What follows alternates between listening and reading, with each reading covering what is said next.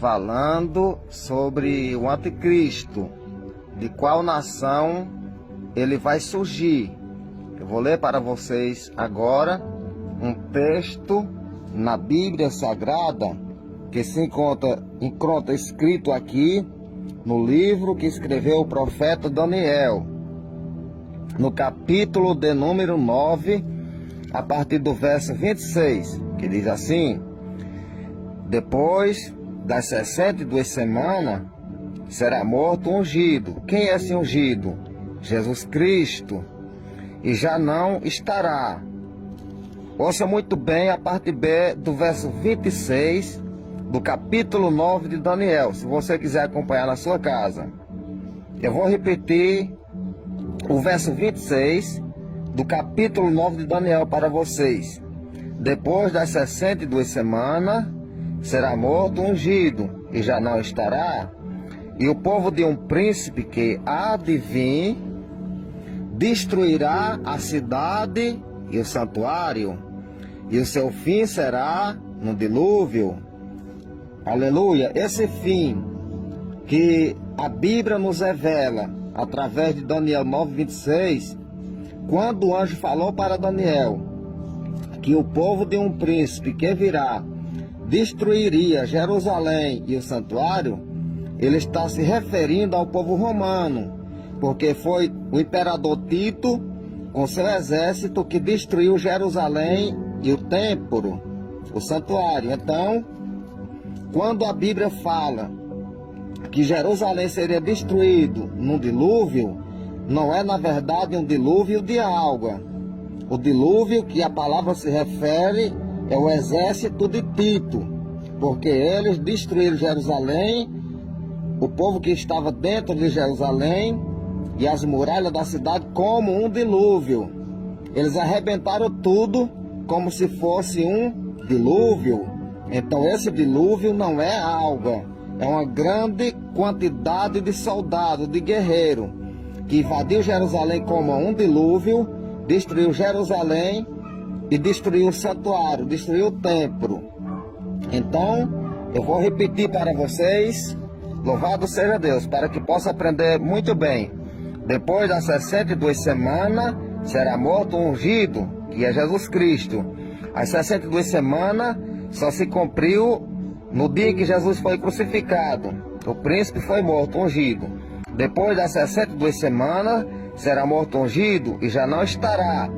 O povo de um príncipe que há de vir, o povo de um príncipe que há de vir é o povo romano, que o imperador Tito era de Roma. Então o povo de um príncipe que virá destruirá Jerusalém e o santuário.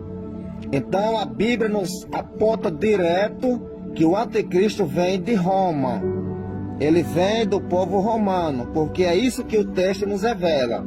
O povo de um príncipe que há de vir destruirá Jerusalém e o santuário. Então, se foi o povo romano que destruiu Jerusalém e o santuário, e esse príncipe virá desse povo, então o anticristo vem diretamente de Roma. Não tem erro nenhum. É literal, vai acontecer. O anticristo vem de Roma. Louvado seja Deus. E o seu fim será no dilúvio. O fim de Jerusalém foi como um dilúvio, um ataque como um dilúvio. Até o fim haverá guerra. Isso foi o anjo que falou para Daniel. Depois da destruição de Jerusalém até o fim haverá guerra. E desolações são determinadas. Ele fará firme a aliança com muitos por uma semana. Que semana é essa? É os 7 anos da grande tribulação. Uma semana tem 7 dias. Então essa semana ele se refere aos 7 anos, cada dia por um ano. Ele fará firme aliança com muitos por uma semana, que é 7 anos. Na metade da semana fará cessar o sacrifício e a oferta de manjares. Então na metade da semana ele faz com que cesse o sacrifício diário e os manjares que são apresentados no templo em Jerusalém. Então na metade da semana acontece isso, que são 3 anos e meio. E sobre a asa das abominações virá o assolador. Então, sobre a asa das abominações virá o assolador. Quem é o assolador? Satanás, que virá na metade da semana, sobre a asa da abominação. Quando é que começa a acontecer a asa da abominação? Quando o anticristo colocar sua imagem no templo, sentar lá no santuário e obrigar o povo a adorar ele como se fosse o próprio Deus. Então, o assolador, que é Satanás, vem na metade da semana, faltando apenas 3 anos e meio, quando acontece a guerra entre Miguel e os seus anjos. No Apocalipse, capítulo de número 12, a partir do verso 7, a Bíblia nos revela a guerra que vai acontecer nos ares, entre Miguel e seus anjos e Satanás e os seus anjos. Porém, eles são atirados para baixo e não se acha de volta no céu o lugar deles, porque eles nunca mais voltarão para lá. Dali por diante, no final dos 3 anos e meio, Satanás é preso por 1000 anos, com todos os seus demônios. Então, eles não voltam mais para os ares. Louvado seja Deus. Vou repetir o verso 27 de Daniel 9, para você entender muito bem, se quiser acompanhar em casa na sua Bíblia. Ele fará firme aliança com muitos por 1 semana, e na metade da semana fará cessar o sacrifício e a oferta de manjares. Sobre a asa das abominações virá o assolador, até que a destruição que está determinada se derrame sobre ele. Então o assolador vem, faltando 3 anos e meio, até que o tempo da destruição que está determinado sobre ele se derrame. Então, louvado seja o nome de Jesus Cristo. O anticristo vem diretamente de Roma, é romano. Para você entender, louvado seja Deus. Eu quero deixar mais um texto da Bíblia Sagrada, que se encontra aqui escrito em 2 Tessalonicenses, aos Tessalonicenses, no capítulo de número 2, a partir do verso 3, que diz assim: ninguém de nenhum modo vos engane, porque isto não acontecerá sem que primeiro venha a apostasia e seja revelado o homem da iniquidade, o filho da perdição. Então, o filho da perdição, o homem da iniquidade, é o anticristo. Verso 4 do capítulo 2 de 2 aos Tessalonicenses, que diz assim: o qual se opõe e se levanta contra tudo que se chama Deus, ou é objeto de culto. Então, ele vai se levantar contra tudo que se chama Deus, ou é objeto de culto. Ele não aceitará nenhuma religião deste mundo. Por que ele não vai aceitar nenhuma religião?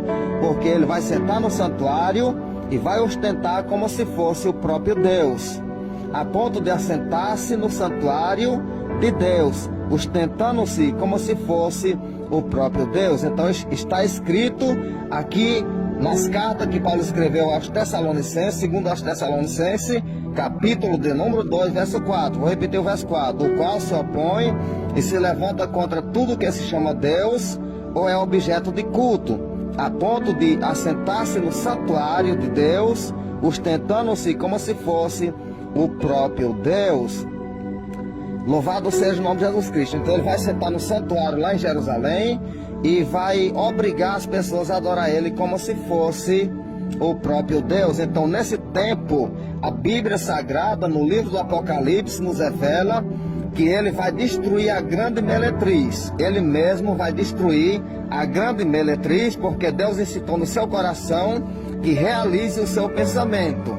Então, quando o anticristo sentar no santuário, ele não vai aceitar nenhuma adoração a outros deuses, nem objeto de culto algum. Ele não vai querer aceitar adoração a outros deuses e que não haja objeto de culto algum, porque ele vai sentar no santuário e ostentar como se fosse o próprio Deus. Então, ele vai se levantar contra a grande meretriz. A grande meretriz é as falsas religiões. As falsas religiões, essa é a grande meretriz. E ele se levantará contra a grande meretriz, que são as falsas religiões, porque ele vai querer ser Deus e não vai querer que ninguém adore outros deuses.